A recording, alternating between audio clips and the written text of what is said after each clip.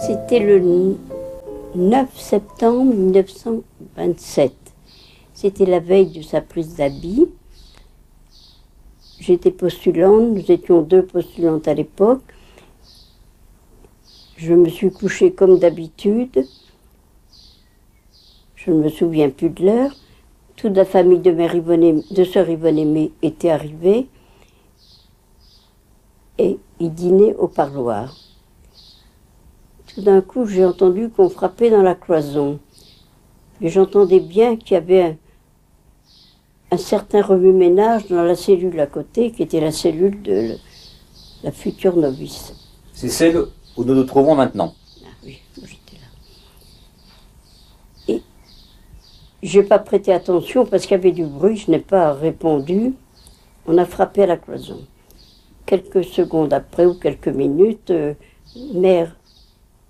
maîtresse, comme on l'appelait à l'époque, qui était mère ange gardien, est venue frapper à ma porte et m'a dit « Sœur Louise, venez vite, Sœur Yvonne vous réclame. » Alors je suis partie telle que j'étais, c'est-à-dire en chemise de nuit, les cheveux sur le dos, et je me suis trouvée ici quand même devant un aéropage un petit peu impressionnant. Il y avait Monseigneur Picot et puis 2 ou 3 ecclésiastiques, la mère supérieure, Mère Madeleine du Sacré-Cœur, et Mère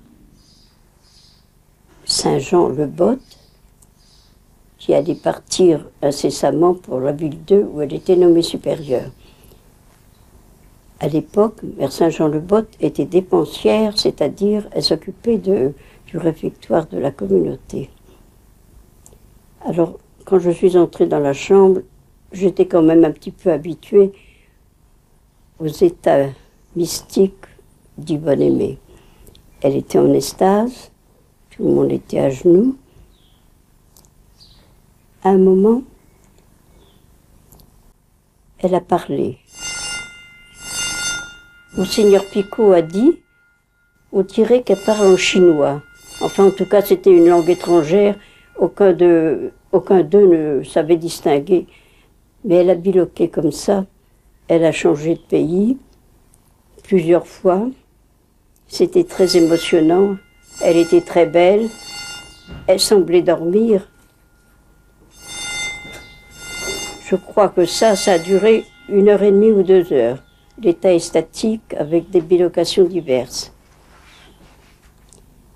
Vers 11h30, Mère Madeleine, la supérieure, a dit « Sœur Yvonne Aimée avait dû sortir petit à petit de son extase. » C'était assez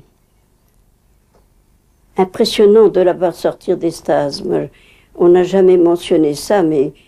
Oui, vous n'avez pas... Donc vous avez senti qu'il se passait quelque chose, mais les sœurs qui parlent de déclic ou de désemboîtement ou de réemboîtement, ça, vous n'avez pas perçu ça ou...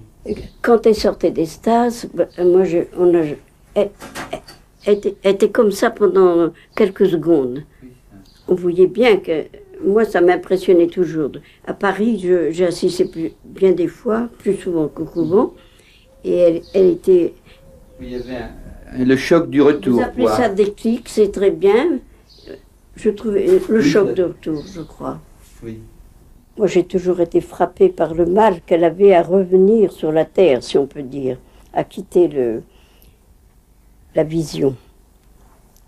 Mère Madeleine a dit, mais, Sœur Yvonne, vous ne déjeunerez qu'à midi demain, puisqu'il n'y a pas de... Il y avait le jeûne eucharistique qui était très strict, la cérémonie était assez longue. On va vous chercher un petit encas pour que vous n'ayez moins faim. Alors, à ce moment-là, Sœur Yvonne a dit, « Ah oui, mais il faut prendre le même dessert pour Sœur Louise.